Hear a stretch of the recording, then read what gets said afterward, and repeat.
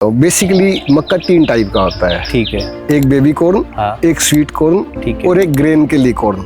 मक्के के लिए आइडियल सोइल कौन सी है जिसके अंदर जो हम हाइब्रिड बीज लगाएंगे वो मैक्सिमम आउटपुट अपने को देगी? बेसिकली एक हाइब्रिड को जब डेवलप करते हैं तो प्योर सेग्रीगेशन और प्योरिटी मेंटेन करने के लिए हमारे को कम से कम 7 साल लगते हैं उसमें। मक्के के अंदर अगर आपके पास एक पानी लगाने के लिए है हाँ। तो सिल्किंग स्टेज पे आपको उसको लगाना है। हाँ, यहाँ पे 90% टाइम क्या है, अभी पछुआ हवा चलेगी, वेस्ट टू ईस्ट हवा चलेगी। West to east. हाँ ठीक है। तो हमारे को क्रॉप की सोइंग, किसान को गेहूं भी छोड़ना पड़ेगा, गेहूं बासमती धान छोड़ना पड़ेगा। हाँ। और स्प्रिंग मेज ऐड करके तब ये 3 क्रॉप मॉडल बने। आपकी प्लांटिंग है मक्की की, और जब इस बेड के अंदर पानी लगेगा, करीबन 6 इंच पानी लगेगा, तो यहाँ तक मक्की तक सिलाब चला जाएगा पानी का और मक्की जर्मिनेशन हो जाएगी। खेत के अंदर जाके अगर खाद गड़ेगी तो वो कीड़े मकोड़े बुलाएगी, आपका डिजीज कोज करेगी, तो वो हमारे को फसल के अंदर नुकसान होता है। उनके एक पौधे पे एक बूटा लगता है। ठीक है। अगर आपके बूटे की हाइट 125 सेंटीमीटर से ऊपर ज्यादा लग रही है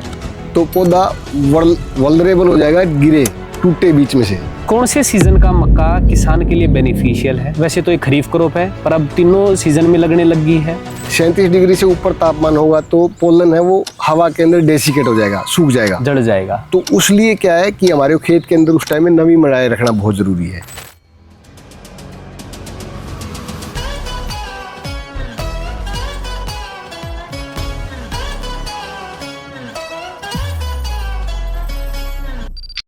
तो सभी किसान भाइयों और बहनों को नमस्कार। मैं योगी रौनक और आप देख रहे हैं किसान दरबार।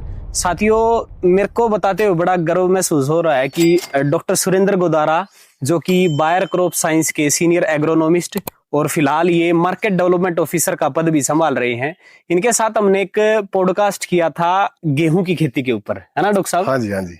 वो वीडियो 20,000 से ज्यादा किसान भाई देख चुके हैं और बहुत अच्छा रिस्पॉन्स किसान भाइयों का रहा। हाँ। तो मैं धन्यवाद करता हूँ एक बार फिर से आप पधारे, और आज की जो अपना विषय है चर्चा का, मक्के की खेती के ऊपर हम बात करेंगे। किसान साथियों, मक्के की खेती कह लो, जिया मेज कह लो, इस फसल का एक्चुअल में ओरिजिन साउथ मैक्सिको या अमेरिका में माना जाता है, लेकिन इंडिया में भी इसको बड़े स्तर पर उगाया जाता है। ये बेसिकली पोएसी ग्रामीणी यानी कि घास कुल की फसल मानी जाती है, क्योंकि ये C4 प्लांट है। गन्ना भी एक C4 प्लांट है। इसकी प्रोडक्शन क्षमता सीरियल क्रॉप में सबसे ज्यादा मानी जाती है, इसीलिए डॉक्टर साहब शायद इसको क्वीन ऑफ सीरियल्स भी कहा जाता है। तो डॉक्टर साहब, इसको एक इंटरव्यू की तरह लेके नहीं चलेंगे, एक नॉर्मल आपके साथ क्वालिटी टाइम स्पेंड होगा। मकसद तो यही है कि हमें आपसे थोड़ी 2 बातें भी सीखने को मिले और पर्सनल भी आपकी लाइफ में क्या चल रहा है, जो भी आप बताना चाहें, आप खुल के अपना इंटरव्यू का मजा ले। ठीक है जी। तो चलिए स्टार्ट करते हैं किसान भाइयों। और जिन भाइयों ने अभी तक किसान दरबार सब्सक्राइब नहीं किया है तो मैं रिक्वेस्ट करूंगा कि इस चैनल को सब्सक्राइब करो। हमारी एक स्पेशल प्लेलिस्ट है किसानों के लिए, एग्री डॉक्टर इंटरव्यू। जितने एपिसोड है जाके एक बार देखो और इस एपिसोड का मजा उठाओ। तो डॉक्टर साहब, सबसे पहले कैसा चल रहा है बायर कंपनी के अंदर? फिलहाल आई थिंक मक्के का सीजन है तो उसी के ऊपर काम है या किसी और क्रॉप के ऊपर भी अभी चल रहा है क्या? हाँ जी, अभी क्या है, स्प्रिंग सीजन चल रहा है जी। तो इस टाइम में क्या है, जो बायर का जो मेन फोकस है वो स्प्रिंग मक्के के ऊपर फोकस है। ठीक है। और इस टाइम जो किसान भाई लोग हैं वो मक्के की खेती चालू कर रखे हैं, प्लांटिंग चालू हो रखी है काफी। 1 फरवरी से प्लांटिंग चालू है और अभी 20-25 मार्च तक मक्के की खेती आराम से प्लांटिंग कर सकते हैं। 20-25 मार्च तक जाएगी? हाँ, चलेगी ये। तो आपका मतलब क्या काम क्या रहता है डॉक्टर साहब? मेरे को बड़ा होता है कि ये जो भाई इस लेवल तक जब हम कंपनी में पहुंच जाते हैं, हाँ, तो आप काम कैसे संभालते हैं और क्या वर्क है आपका बायर के अंदर? हमारा काम बेसिकली ये रहता है कि जो भाई बायर के नए हाइब्रिड आएंगे, ठीक है, उनको मार्केट में जब लॉन्च करेंगे तो उससे पहले हमारे को उनको खुद को इवेल्युएट करना है। ठीक है भाई, हमारे प्रोडक्ट कंपटीशन के मुकाबले में कैसे बिहेव करते हैं, उनसे यील्ड कैसे ज्यादा आ रही है। अगर ज्यादा आ रही है तो उन हाइब्रिड्स को हम नेक्स्ट ईयर सेल्स के लिए लेके आएंगे। ठीक है। फिर उसके बाद में हमारा हाइब्रिड किस विंडो तक फिट रहता है, ठीक है, कि उसको फरवरी के अंदर लगाना है, 15 मार्च तक लगाना है, या मार्च आखिर तक आप उसको लगा सकते हो। या कुछ हाइब्रिड जो हमारे साइलेज के लिए हैं उनको हम मई के अंदर भी, कणक कटने के बाद में भी उसको लगा सकते हैं कि नहीं लगा सकते, कौन से एरिया के अंदर लगा सकते हैं। तो वो हमारा काम रहता है कि उन हाइब्रिड्स की फिटमेंट देखनी है, पूरे एरिया के अंदर किस किस सेगमेंट में कैसे कैसे उनको फिट करना है। तो ये हाइब्रिड सीड बनते कहाँ पे? जैसे आपने बताया मक्के पे ही एग्जांपल ले लेते हैं, तो मक्के का बीज जो कंपनी बनाती है, हाँ। इंडिया की ऑडियंस के लिए तो फिर यहीं तैयार होते होंगे ये बीज? रिसर्च कहाँ होती है? रिसर्च इनकी बेसिकली हैदराबाद में और बेंगलोर में जो हमारा हाइब्रिड प्रोडक्शन सेंटर है वहाँ पे हमारे जो ब्रीडिंग करते हैं। एक हमारा नॉर्थ इंडिया के लिए उदयपुर के अंदर ब्रीडिंग स्टेशन है। ठीक है। तो वहाँ पे इनका ब्रीडिंग के लिए सीड मटेरियल टेस्ट होता है, लाइन डेवलपमेंट और फिर लाइन प्योरिटी मेंटेन करनी होती है, फिर उसके बाद में हाइब्रिड बनाने होते हैं। प्रॉपर जो रिसर्च स्टेशन होते हैं उन्हीं की तरह काम चलता है। वहाँ पे पूरा वैसे ही काम होता है। फिर उसके बाद में हाइब्रिड डेवलप करके वो हमारे कोई नॉर्थ इंडिया के लिए अंदर उसको चेक करते हैं। बेसिकली एक हाइब्रिड को जब डेवलप करते हैं तो प्योर सेग्रीगेशन और प्योरिटी मेंटेन करने के लिए हमारे को कम से कम 7 साल लगते हैं उसमें। एक हाइब्रिड का सीड प्योरिटी तक लेके जाने में और कमर्शियल से पहले वो 7 साल तक टेस्ट होता था कि उसके अंदर जो जीन पूल है जो हम चाहते हैं उसके अंदर वो आए। उसके बाद वो हाइब्रिड सीड आपका प्रोडक्शन के लिए रेडी होता है। फिर उसके बाद में उसको सेल्स के लिए आता है।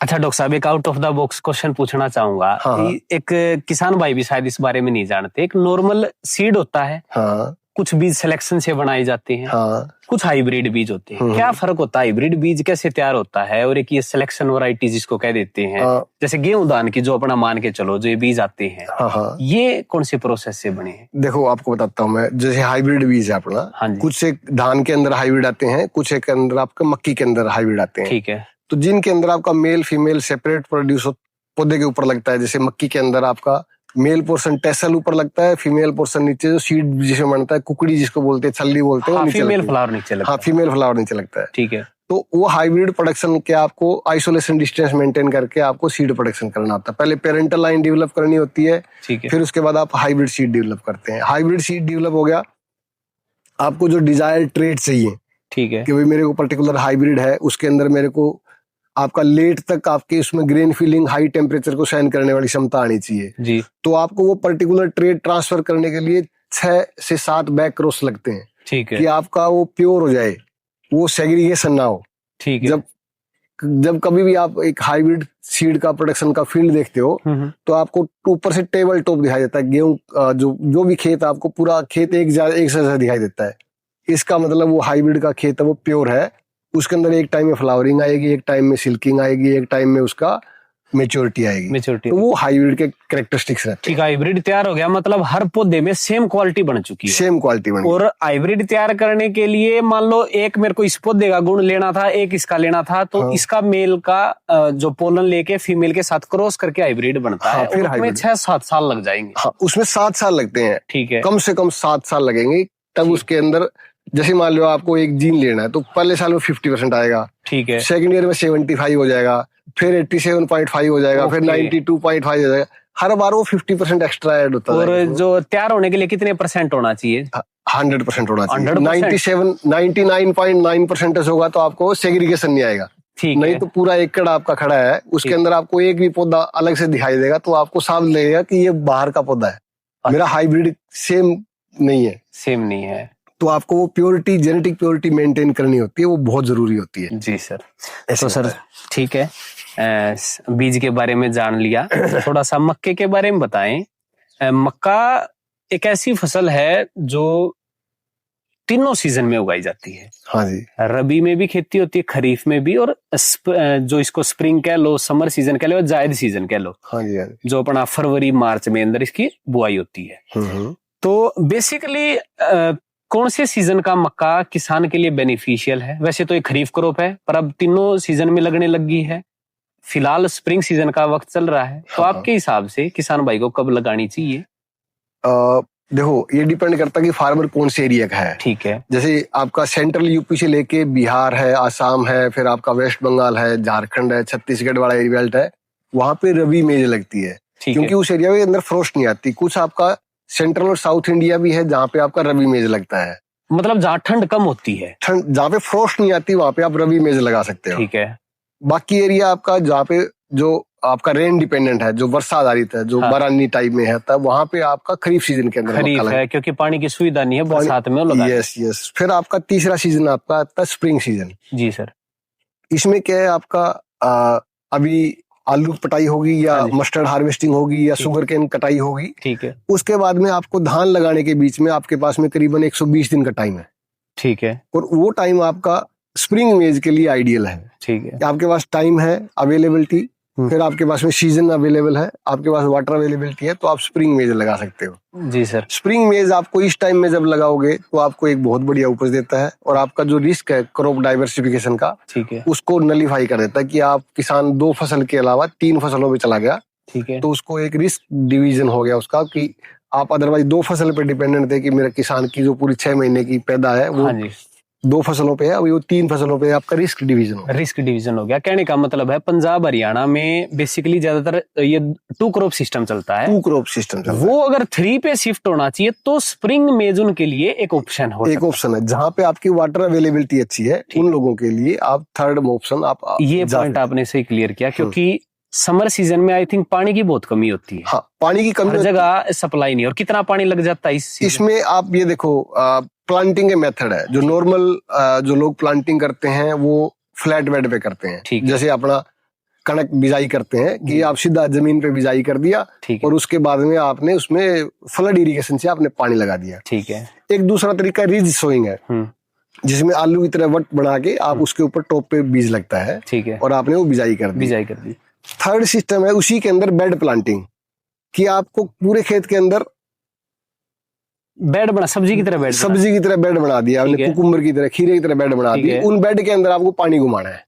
ओके, करीबन 90 छोटी छोटी नालियां हैं, हाँ। उनके अंदर आपको पानी घुमाना है। तो जैसे मान ली पूरा एकड़ के अंदर आपको देखते हो हाँ, कि मेरा 6 घंटे में किला पानी लगता है हाँ। ट्यूबवेल से, जी, तो बेड में जब आप सिंचाई करते हो तो 1 से 1.5 घंटे के अंदर हमारे पूरे किले के अंदर वो पानी घूम जाता है। ठीक है, तो मेरे को आप जो फ्लड इरिगेशन सिस्टम है उसके मुकाबले में मेरा 20 या 25% ही पानी लगा और मेरा पूरा खेत में पूरा इरिगेशन हो खेत है। ठीक है, ये वाटर एक वाटर सेविंग टेक्निक है। जी जी सर, ठीक है। हाँ। तो बेसिकली ये उस पर डिपेंड करता है, अगर किसान के पास इस मौसम में पानी की सप्लाई है, हाँ किसी भी विधि से लगाता है, तो हाँ। वो ये लगा सकता है। हाँ। क्योंकि और- कुछ एरिया हमारे साइड क्या है, हाँ। ठीक है, खरीफ सीजन में तो बरसात आ जाती है, हाँ। तो उसी टाइम जो ये फ्लड वाटर होता है वो भी आ जाता है। हम्म। लेकिन समर सीजन में खासकर दिक्कत भी रहती है। समर सीजन में कुछ एक पॉकेट्स के अंदर जहाँ पे वाटर की सप्लाई बहुत ठीक है। शॉर्टेज रहती है वहां पे नहीं करना। ठीक है, अदरवाइज अगर आपके पास ट्यूबवेल का सिस्टम है हाँ जी, या आपने टैंकी वगैरह बना रखी है जहाँ ठीक पे आप वाटर सेव कर सकते हैं, स्टोरेज कर सकते हैं, ठीक है, तो आप वहां से भी आप पानी लगा सकते पानी हैं, कोई लगा दिक्कत नहीं है। लेकिन आपको बस नालियों के अंदर, चैनल्स के अंदर, छोटे छोटे चैनल्स हैं उनके अंदर आपको पानी घुमाना है। ठीक है 1 से 1.5 घंटे के अंदर आपका पूरा किला भर जाएगा। जी। तो डॉक्टर साहब, अब सोइल भी एक इम्पोर्टेंट पैरामीटर है किसी भी क्रॉप के लिए। रेतीली मिट्टी है, किसी किसान के यहाँ दोमट मिट्टी है, या आपकी क्लेई सोइल चिकनी मिट्टी है, मक्के के लिए आइडियल सोइल कौन सी है जिसके अंदर जो हम हाइब्रिड बीज लगाएंगे वो मैक्सिमम आउटपुट अपने को देगी? अभी देखो इसमें क्या है, मैं आपको थोड़ा सा रिवर्स बताऊंगा। हाँ जी, आप बीज है हमारे पास में, आप उनको अलग अलग रिक्वायरमेंट है। ठीक है, जैसे बायर का एक सीड है डिकाल 9108, ओके, और एक है 9248। वो 2 हाइब्रिड हमारे ऐसे हैं जो ऑलराउंडर है। उनको आप किसी टाइप की मिट्टी में लगा दो, रेतली मीडियम में लगा दो, रेतली में लगा दो, हल्की में लगा दो, मध्यम में लगा दो, भारी मिट्टी में, चिकनी मिट्टी में लगा दो, समझ हर जगह कामयाब है वो। ठीक है, उनको आप लगाने का टाइमिंग भी ऐसे है कि भी आप स्टार्टिंग में लगा दो, बीच सीजन में लगा दो, लेट तक लगा दो, 25 मार्च तक लगा दो। कहने का मतलब काफी अडेप्टेबल है ये जो बीज आपने हाँ, ये दोनों बीज है काफी अडेप्टेबल है। ठीक है उसके बाद एक हमारा हाइब्रिड आता है डिकाल 9208, जी, वो हमारा थोड़ा सा मीडियम टू हैवी सॉइल के लिए है, ठीक है, और वो आपका 10 मार्च तक ही आपको लगाना है। उसके बाद उसको हम लगाने के लिए नहीं बोलते, उसको लेट सोइंग में क्या है उसकी ईल्ड है थोड़ी कम हो जाती है। ठीक है, अदरवाइज जो 9208 और 9248 और जो 9108 है वो हमारे 25 मार्च तक भी बहुत बढ़िया उपज देते हैं। उसके अलावा आपका कुछ एक कंपनी और के भी हाइब्रिड है, जैसे पाइनियर का एक हाइब्रिड 1899 है, ठीक है, तो वो हाइब्रिड क्या है, वो भी थोड़ा अर्ली लगाने का है, फरवरी में लगाने का हाइब्रिड है वो। ठीक है, और उसको भी थोड़ी सी मिट्टी, बढ़िया मिट्टी चाहिए। बढ़िया मिट्टी चाहिए। हाँ, वो ऐसे ऑलराउंडर टाइप में नहीं भी कोई किसान मर्जी आए वही लगा दिया, उसको ऐसे नहीं है वो। तो जैसे आपने बताया कि वो फरवरी में लगता है, ये मार्च तक चले जाते हैं, फिर भी अगर आइडियल सोइंग टाइम मैं पूछूं कि भाई किसान के पास टाइम है, उसकी हाँ। खेत खाली हो चुका है, हाँ। तो सबसे बेस्ट उसको कब लगा लेनी चाहिए फसल? देखो सबसे बेस्ट रिजल्ट आता है फरवरी के अंदर। फरवरी के अंदर, हाँ। यानी कि फिलहाल भी हम थोड़ा सा हाँ। सोइंग में और- लेट चल रहे हैं। हाँ, और लगाने के लिए किसान को जो बढ़िया उपज मिलती है 1 फरवरी से लेके 15 मार्च तक बढ़िया उपज मिलती है। जी सर, और 15 मार्च से हम जनरली बोलते हैं कि लेट विंडो स्टार्ट हो गई। 15 मार्च से लेके और मार्च 30 मार्च तक आप लगा सकते हो। ठीक है। उसके अंदर आपको थोड़ा, जैसे हम कणक के लिए बोलते हैं भैया, कुछ लोग जनवरी के अंदर भी जाके कणक लगाते हैं, हाँ। लोहड़ी के पास जाके कणक भी लगाते हैं। ठीक है। तो उस तरह जब हम 15 मार्च से लेके 30 मार्च के बीच में लगाएंगे मक्की, तो उपज थोड़ी सी कम हो जाएगी। ठीक है, वो प्रोडक्शन पे थोड़ा असर पड़ेगा, अदरवाइज उपज आ जाएगी, कोई दिक्कत नहीं है। ऐसा नहीं है कि उपज नहीं आएगी, लेकिन उपज थोड़ी कम हो जाएगी। 3 क्रॉप मॉडल को अगर मैं मंथली बांटना चाहूँ कि भाई चलो मैंने 15 फरवरी से ये स्टार्ट कर दिया या मार्च में कर दिया, तो इससे पहले कौन सी क्रॉप रहेगी और उसके बाद कौन सी क्रॉप रहेगी? तो देखो, ऐसे अगर हमने 15 फरवरी को इसको मक्की लगा दी, हाँ जी, तो हमारी लगभग 15, हम गेहूं तो लगा नहीं सकते। हाँ, गेहूं नहीं लगा सकते, गेहूं आएगा अप्रैल में। हाँ। तो 15 फरवरी को जब मैंने मक्की लगाई है, तो मेरा 15 जून के आसपास जाके मेरी मक्की हार्वेस्टिंग हो जाएगी। ठीक है। 20 जून के बाद में हमारा जो राइस प्लांटिंग का सीजन है वो स्टार्ट हो जाता है। वो राइस हमने अर्ली ड्यूरेशन का राइस लगा लिया हमने, जैसे 1509 है, या और कोई हाइब्रिड है, जैसे बाहर का स्विफ्ट गोल्ड आता है, या 6129 आता है, या कुछ अदर जो PR 126 भी एक वैरायटी आती है। अगर आप 120 दिन के करीब वैरायटी लगाते हो, तो वो भी हमारा 90 दिन के बाद, जब ट्रांसप्लांटिंग के 90-95 दिन के अंदर हमारा हार्वेस्ट हो जाएगा। कहने का मतलब है, अगर इस मॉडल पे आप जाते हो तो बासमती धान आपको छोड़ना पड़ेगा। बासमती छोड़ना पड़ेगा, PR पे जाना होगा, या 1509 पे 1509 पे शिफ्ट करना पड़ेगा। या और कुछ वो वैरायटी जो आपने बताई, हाँ, उन पे जाएंगे तो उससे क्या होगा कि वो वैरायटी हमारी 120 दिन की है। ठीक है। 110-15 दिन की मक्की है, 120 दिन की आपकी, ठीक है, धान हो गया। हाँ। और वही 120 दिन की आपको फिर तीसरी फसल है, आप आलू लगा सकते हो उसके बीच में, या फिर आप वहां पे आप मस्टर्ड लगा सकते हो। अच्छा, तीसरा फिर आलू या मस्टर्ड पे शिफ्ट होना होगा। मतलब किसान को गेहूं भी छोड़ना पड़ेगा, बासमती धान छोड़ना पड़ेगा, हाँ। और स्प्रिंग मेज ऐड करके तब ये 3 क्रॉप मॉडल बनेगा। 3 क्रॉप मॉडल बनेगा। उसमें उसका फायदा होगा कि भी हमारे को जो हमारी जो डिपेंडेंसी 2 क्रॉप पे है, वो 3 क्रॉप पे डिवाइड हो जाएगी, हमारा रिस्क डिवाइड हो जाएगा। ठीक है। और कई बार तो क्या होता है, जो सीड पोटैटो वाले फार्मर है, जो पोटैटो सीड के लिए प्रोड्यूस करते हैं, उनको तो बहुत बढ़िया उपज मिलती है।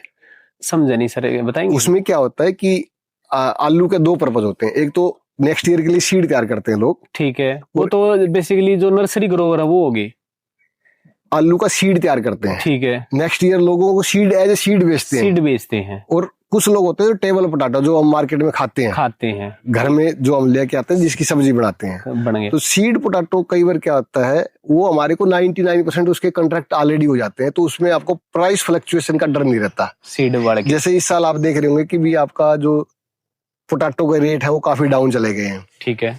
200 रुपए कुंटल के करीब भी मार्केट में प्राइस चल रहा है इस टाइम। फार्मर को, किसानों को बहुत नुकसान हो रहा है कुछ एक को।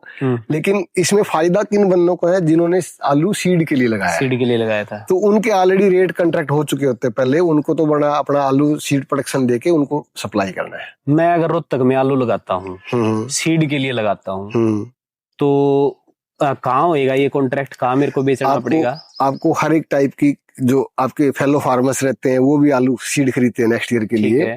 आपको अलग कंपनीज भी रहती हैं पूरे इंडिया के अंदर। जो हरियाणा और पंजाब है, हाँ जी, इंडिया का आई थिंक ज्यादा नहीं, लेकिन 60 से 70% आलू का सीड वो हरियाणा और पंजाब से जाता है।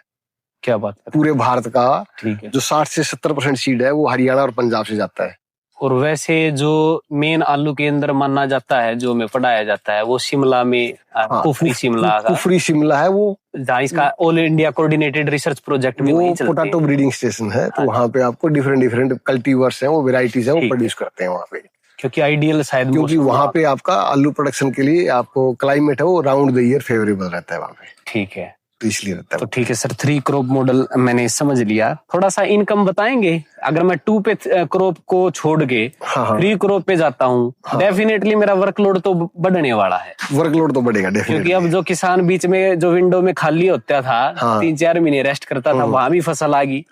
एक फसल जा रही है, दूसरे की तैयारी, खेत की तैयारी, वो बिजी होने वाला है। बिजी होने वाला अगर किसान इतनी मेहनत कर रहा है, इतनी पंगे ले रहा है, तो इनकम में कितना फर्क उसको पड़ेगा? इनकम में देखो, आपको मैं बताता हूँ। तो जो अब हम स्प्रिंग मक्का लगाते हैं, स्प्रिंग सीजन वाला मक्का लगाते हैं, तो ये जो स्प्रिंग मक्के की फसल है वो हमारी को पूरी की पूरी बचत में जाती है।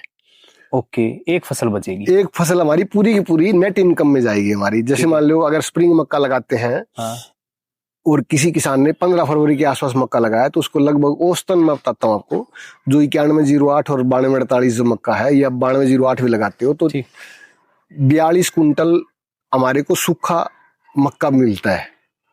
सूखा मक्का जैसे 15% मॉइस्चर पे मिलता है। ठीक है। और उसको अगर मैं सेलिंग प्राइस पे जाऊं, अगर मार्केट प्राइस पे बेचते हैं तो आप ये देखो 40 कुंटल 1800 रुपए रेट पे कितना हो गया आपका? 1800 का 70-72 रुपए का मक्का हमारे को पूरे साल के लिए हमारे को 72,000 रुपए पर एकड़ की हमारे को बचत निकल के आ गई। बचत जो मैं अगले सीजन में राइस लगा रहा हूँ, जो धान लगा रहा हूँ, और जो मैं थर्ड क्रॉप लगाऊंगा, पोटैटो लगाऊंगा या मेरे मस्टर्ड लगाऊंगा, तो वो मेरी दोनों फसलें हैं, वो मेरे पूरे साल का जो किसान ने ठेके पे जमीन ले रखी है उसका खर्चा निकाल देगी, और जो उसकी खुद की लेबर है उसका खर्चा निकाल देगी, और उन फसलों को उगाने के लिए जो खर्चा है वो भी निकाल देगी। अच्छा, ये चीज आपने थोड़ी सी अलग बताई कि अगर खुद की जमीन है हाँ तो 70,000 तो बच रहा है, तो ठेका भी ऐड कर दो। हाँ, ठेका तो ऐड 40-50 हजार जो ठेका जनरली चलता है, हाँ, वो बच तो उसको जाएगा। 1,20,000 तक लगभग उसको इतना ही बचत आ जाएगी, घर की बचत आ जाएगी, उसकी घर नेट की में इनकम आ जाएगी पर एकड़। और दूसरे केस में क्या हो रहा है गेहूं दान में? गेहूं दान में तो उसको सिर्फ धान की फसल है, वो पूरा उसका ठेका भी निकाल रही है, और उसको धान का खर्चा भी निकाल रहा है, वीट का भी खर्चा निकाल रही है। ठीक है। लेकिन जो वीट की फसल है उसको 85,000 रुपए मिल रही है, 40-45,000 रुपए मिल रही है, उसमें उसका रिस्क अकेली वीट पे रिस्क हो गया सारा वीट पे डिपेंडेंट है खेल। वीट और वीट कई ही बार बढ़ेगा। जहाँ पे सलाइन बेल्ट है थोड़ा बहुत, वहां पे वीट की प्रोडक्शन कम आती है। आखिरी में अगर लू चल पड़ती है हाँ, जैसे तो फसल सुखा देती है। जैसे इस साल अभी आपका देखो कि भी मार्च 10 हुआ है, आज 9-10 मार्च के करीब आप ये देखो 37 डिग्री टेम्परेचर हो रखा है हिसार में आज का जी। और करनाल कुरुक्षेत्र बेल्ट में भी 34-35 डिग्री टेम्परेचर, लेकिन हिसार सिरसा फतेहाबाद जो बेल्ट है वहां पे 37 डिग्री के करीब टेम्परेचर जा रखा है। जी सर। तो वो जो आपका जो अर्ली मेच्योरिटी आएगी, फोर्स मेच्योरिटी वीट में आएगी, वो आपका 10-15% तो ईल्ड में डेंट दे के जाएगी। डेंट दे के जाएगी। और वो ही हमारे को फसल बचनी थी, हमारा एक फसल पे खेल था सारा, और वो हमारे को उपज 10-15% हमारी उपज घट गई, तो किसान को बचेगा क्या? बचेगा। एक डॉक्टर साहब, ये मक्का एक ऐसी फसल है जिसमें मक्के में बहुत सारी प्रजाति है, दूसरे फसलों की तरह नहीं है। अपने इंडिया में फ्लिंट कॉर्न चलता है, अमेरिका जो मेन डोमिनेट करता है प्रोडक्शन में ऑल ओवर वर्ल्ड, वहां पे डेंट कॉर्न चलता है, बेबी कॉर्न अलग से आता है, पॉप कॉर्न अलग से आता है, और अब तो जो स्वीट कॉर्न जो वो अलग से इसकी प्रजाति है, और फ्लोर कॉर्न जो मक्के की रोटी खाते हैं जिसका आटा बनता है वो अलग प्रजाति है। तो बेसिकली हम जिस मक्के की बात कर रहे हैं स्प्रिंग सीजन में, हमारा बेसिक पर्पस उगाने का क्या है कि भाई हम उसको एज ए सीड बेच रहे हैं या किस प्रोडक्ट में जा रहे हैं? अभी आपको बताता हूँ। बेसिकली मक्का 3 टाइप का होता है। ठीक है। एक बेबी कॉर्न, हाँ। एक स्वीट कॉर्न, ठीक है। और एक ग्रेन के लिए कॉर्न। ठीक है। विद इन जो ग्रेन का कॉर्न है उसके अंदर आपको क्या होगा, आपको जो पहले वाली बताई मैंने आपको, बेबी कॉर्न जब आपकी जो छल्ली है, जो भुट्टा है बिल्कुल छोटा है, जस्ट पोलिनेशन हुआ है, ठीक है, उस टाइम उसको सेल करते हैं, और वो आपका वेजिटेबल्स के अंदर यूज होता है। पिज्जा वगैरह में फ्लेवर का ऐड करता है। 5 स्टार होटल्स के अंदर जाता है, पिज्जा कंपनी उसको परचेज करती है। मतलब होता सेम ही है, सेम ही मक्का है, उसको छोटी स्टेज पे तोड़ दिया। उसकी स्पीशीज अलग, आपकी वेराइटीज अलग रहती हैं इसकी। ओके सर, ठीक है। और उसके बाद में एक आपका आता है स्वीट कॉर्न। हाँ जी। जो आपका स्वीट कॉर्न है वो वेराइटीज अलग है। ठीक है। वो हाइब्रिड टाइप अलग है, उसको भी सिंजेंटा एक कंपनी है वो डोमिनेट करता है। बायर, हाँ ठीक है, बायर का एक सेमिनिस है हमारा डिवीजन, उसका भी एक स्वीट कॉर्न आता है। ठीक है। दो आपका 80-90% मार्केट ये दोनों कंपनियां डोमिनेट करती हैं। तो उसमें आपका स्वीट कॉर्न में क्या है कि जो आपका जो ग्रेन है, हाँ जी, वो आप कच्ची जब खाते हैं तो वो आपका स्वीट एक्सट्रीमली स्वीट है। उसको आप समझ गया, मॉल्स वगैरह में आपने देखा होगा कि ग्रेन को निकाल के और उसको बॉयल करके और खिलाते हैं।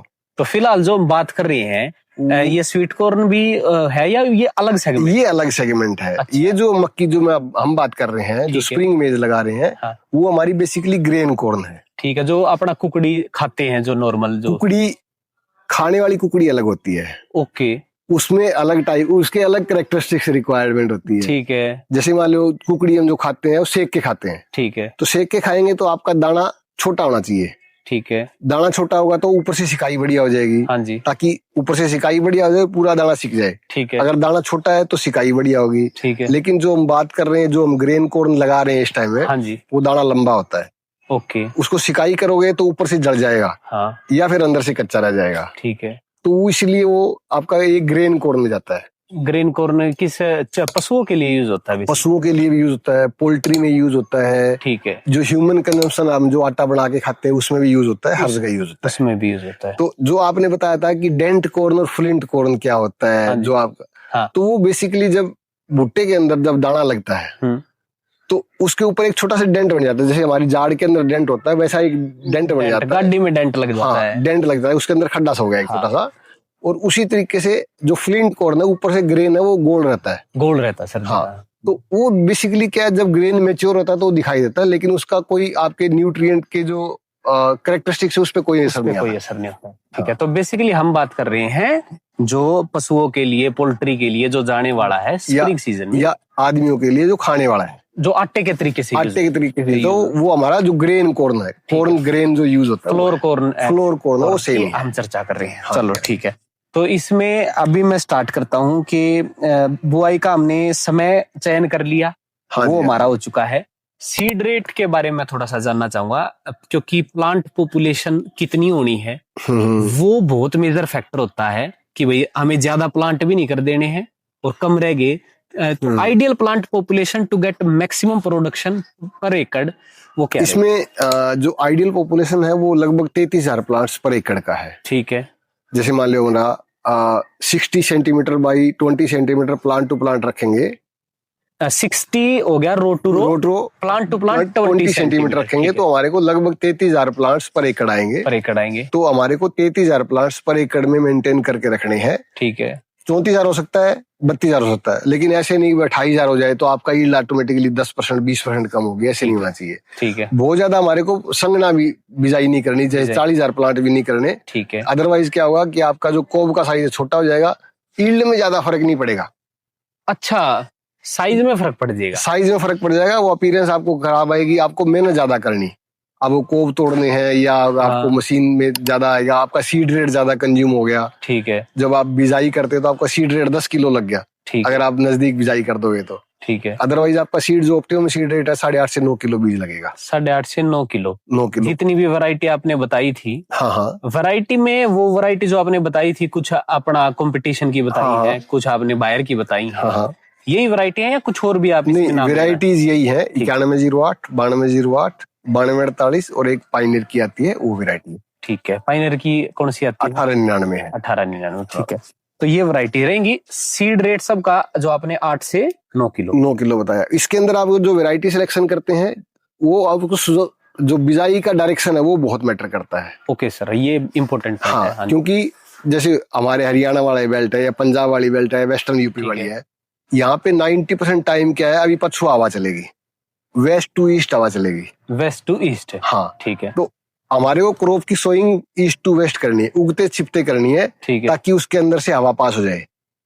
कहने का मतलब है जैसे सूरज ऐसे जाता है ऊपर से अपना, हाँ, तो इसी डायरेक्शन में हमारे को बेड बनाना है, ताकि एक तो पूरे दिन उसको धूप मिलेगी, पूरे दिन मिलेगी, सही बात है, फोटोसिंथेसिस बेटर होगा। ठीक है, फिर उसके बाद में उसके अंदर से हवा निकल जाएगी, अगर आंधी तेज आएगी तो उसके अंदर से हवा निकल जाएगी। ठीक है। उसके बाद में एक इम्पोर्टेंट फैक्टर आता है कि आपका जो मक्की है उसका भुट्टा कहाँ लग रहा है।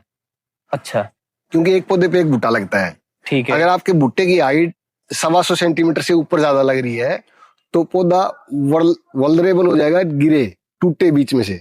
ओके। तो उसमें क्या है कि आपका जो पौधा साइज है, पौधे की मोटाई है वो अच्छी होनी चाहिए, क्योंकि हर एक पौधे पे 33,000 पौधे हैं तो हर पौधे पे एक भुट्टा लगेगा, और वो भुट्टा लगभग आपका 125 सेंटीमीटर के उस पर हाइट पे जाके लगेगा, उससे नीचे लगेगा तो पौधा गिरेगा नहीं। 125, जैसे ये पौधा खड़ा है, ठीक है, और मेरा भुट्टा यहाँ पे आधे से ऊपर जाके लगेगा तो गिरने में आसानी रहेगी उसको। ठीक, हवा तेज चलेगी, जब दाने भरे हुए हैं तो हवा तेज चलेगी तो गिर जाएगा। लेकिन अगर मेरा पौधा जो भुट्टा है वो आधे से नीचे लगा है, यहाँ पे लगा है, तो गिरेगा नहीं, वो लेस प्रोन टू लूजिंग हो जाएगा। कितने फुट पे हो गया लगभग ये लगभग आपका 3.25 फुट के आसपास, 3.25 फुट पे आना चाहिए। तो इसमें आपको ये जो खासियत है, ये मैं इसलिए बता रहा हूँ कि जो पूरा हरियाणा, पंजाब और नॉर्थ राजस्थान है आपका, और जो वेस्टर्न यूपी वाला पोर्शन भी है, वहाँ पे जो बायर के हाइब्रिड कामयाब होने के पीछे एक लॉजिक ये भी है कि जो बायर के हाइब्रिड है उसके अंदर जो भुट्टा है वो 100 से 125 सेंटीमीटर के बीच में लगता है, और वो गिरते नहीं है। समझ गया। तो ये वैरायटी का रोल है यहाँ पे। तो आप जो वैरायटी सिलेक्ट करते हो तो आपको कौन सी वैरायटी सिलेक्ट करनी है वो बहुत इंपॉर्टेंट फैक्टर इसमें रहेगा। ठीक है, तो सर हमने सीड रेट समझ लिया, अब इसको लगाने की डायरेक्शन ईस्ट टू वेस्ट आपने ईस्ट टू वेस्ट लगाएंगे। और इसको लगाने की विधि क्या फॉलो करती है? जैसे जनरली कुछ लोग मशीन से लगाते हैं, तो मक्के में क्या प्रोसेस चलता है? हाथ से लगाएं या कैसे? मक्के में देखो, अगर आप हाथ से लगा सकते हो तो नथिंग लाइक दैट, आपके पास लेबर अवेलेबल है तो ठीक है। नहीं तो जनरली क्या है, हरियाणा पंजाब के अंदर अभी 90% एरिया में न्यूमेटिक प्लांटर आए हुए हैं। क्या है सर? न्यूमेटिक प्लांटर है, वो एक बीज आपने डायरेक्शन सेट, उसमें अंदर डिस्टेंस सेट कर दिया, ठीक है, कि मेरे को 19 सेंटीमीटर पे बीज लगाना है, 20 सेंटीमीटर पे लगाना है, ठीक है, कितने पे लगाना है, वो हवा के प्रेशर के जरिए बीज उठाएगा और एक एक बीज लगाता जाएगा। ठीक है। तो न्यूमेटिक प्लांटर है, आई थिंक मैं अभी इधर आपको दिखाऊंगा। अभी अवेलेबल है सर ये हर जगह पे? अवेलेबल है हर जगह, हिसार, सिरसा, फतेहाबाद एरिया के अंदर अवेलेबल है। ठीक है। कुछ एरिया के अंदर आपको जो किसान है, करनाल, कुरुक्षेत्र, यमुनानगर, यहाँ पे तो अबंडेंटली अवेलेबल है। पूरे पंजाब में है। वेस्टर्न यूपी के अंदर फील्ड का साइज छोटा है, तो अभी वहाँ पे प्रचलन में बढ़ रहा है धीरे धीरे। ठीक है। वहाँ पे भी आएंगे, कुछ एक कंपनीज के अवेलेबल भी हैं, तो हर जगह आपको किसानों को मिल जाते हैं। समझ गया। तो उससे लगाएंगे तो ये पैकेट इसका कितने 4 किलो का रहता है? इसमें जो बायर के हाइब्रिड आते हैं वो 4.5 किलो के आते हैं। तो लगभग 2 पैकेट प्रति एकड़ का बीज रेट है, सीड रेट है। क्योंकि कुछ बीज वो होता है ना, बॉर्डर इफेक्ट भी आता है, कुछ जर्मिनेट नहीं होता, तो वो उसी को फैक्टर को कंसिडरेशन में करते हुए बायर जो सीड है वो 4.5 किलो का पैकेट देती है। कि आपको कई बार क्या लास्ट में जाके 100 ग्राम बीज की जरूरत पड़ेगी, 200 ग्राम बीज की जरूरत पड़ेगी, मशीन कई बार फालतू बीज डाल दिया, तो आप बीज कहाँ से लाओगे? आपको थोड़े 100 ग्राम बीज के लिए आपको पूरा एक पैकेट खरीद के लाना पड़ेगा। सही बात है, सही बात। कई बार क्या होता है कि आपने प्लांट पॉपुलेशन सही रखी, तो आपको कुछ पौधे हैं कीड़े खा गए स्टार्टिंग स्टेज में, कुछ जर्मिनेशन नहीं आया, ठीक है, कुछ आपका एनिमल डैमेज आ गया स्टार्टिंग में, तो आपको सारी चीजों को नलिफाई करके 4.5 किलो का पैकेट देते हैं, ताकि आपको आइडियली आपको 33,000 पौधे प्रति एकड़ आपको मिले।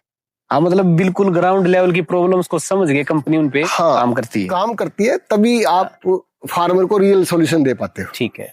तो ठीक है सर, अब सीड लगाने से पहले, क्योंकि ये जैसे 2 टाइप के प्लांट होते हैं, एक होते हैं C3 प्लांट, एक C4 प्लांट।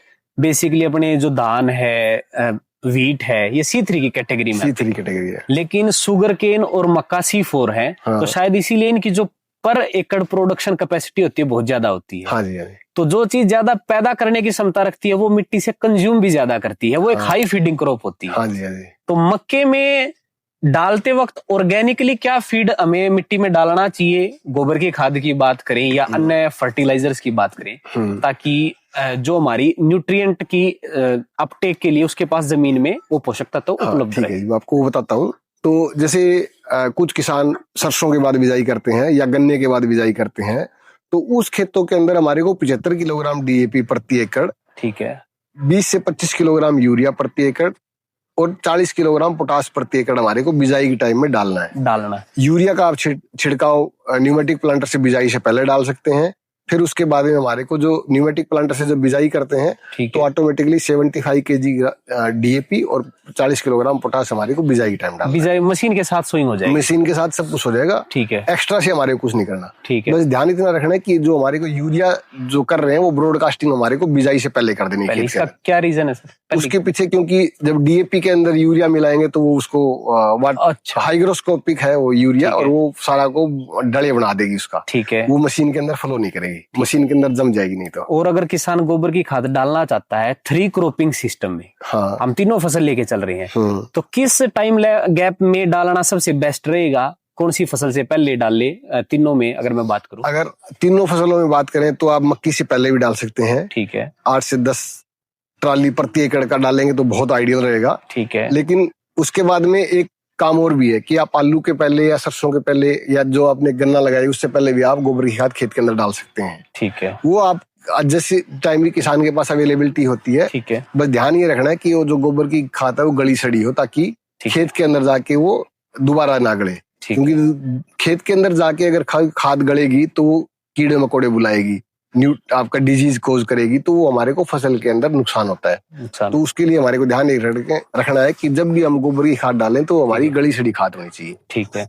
उसके बाद में ये जो आपने खाद वाला सिस्टम बताया, तो इसके बाद में एक आपको ये भी बताऊंगा कि जब मक्की की फसल हार्वेस्ट करते हैं, ठीक है, तो अगर आपने ग्रेन के लिए हार्वेस्ट किया है तो कुकड़ी तोड़ के बाहर निकाल ली या कंबाइन से हार्वेस्ट कर ली, तो आपने डालने वाला पोर्शन है वो बाहर आया खेत से। ठीक है। जो आपकी कड़वी खेत के अंदर बची है, आप उसको रोटावेटर से खेत के अंदर जुताई भी कर सकते हैं। वो जल्दी गल जाएगा खेत के अंदर, और हमारे को अगली फसल के अंदर थोड़ा सा जो ऑर्गेनिक मैटर हमारा खेत के अंदर बढ़ेगा, वो रीजनरेटिव एग्रीकल्चर के लिए हमारे को फायदेमंद रहेगा।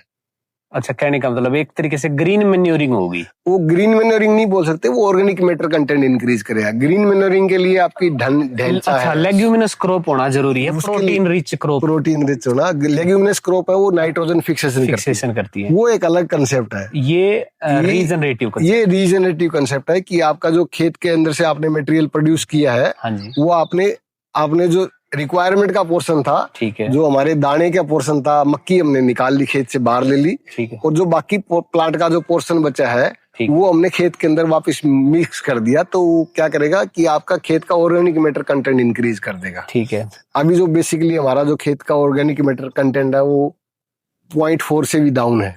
0.4 से डाउन है। हाँ, तो ये आपको धीरे धीरे 2-3 साल के अंदर ऐसे मक्की आप खेत के अंदर जुताई करेंगे तो वो 1% के करीब चला जाएगा, तो हमारे को बहुत हेल्प करेगा।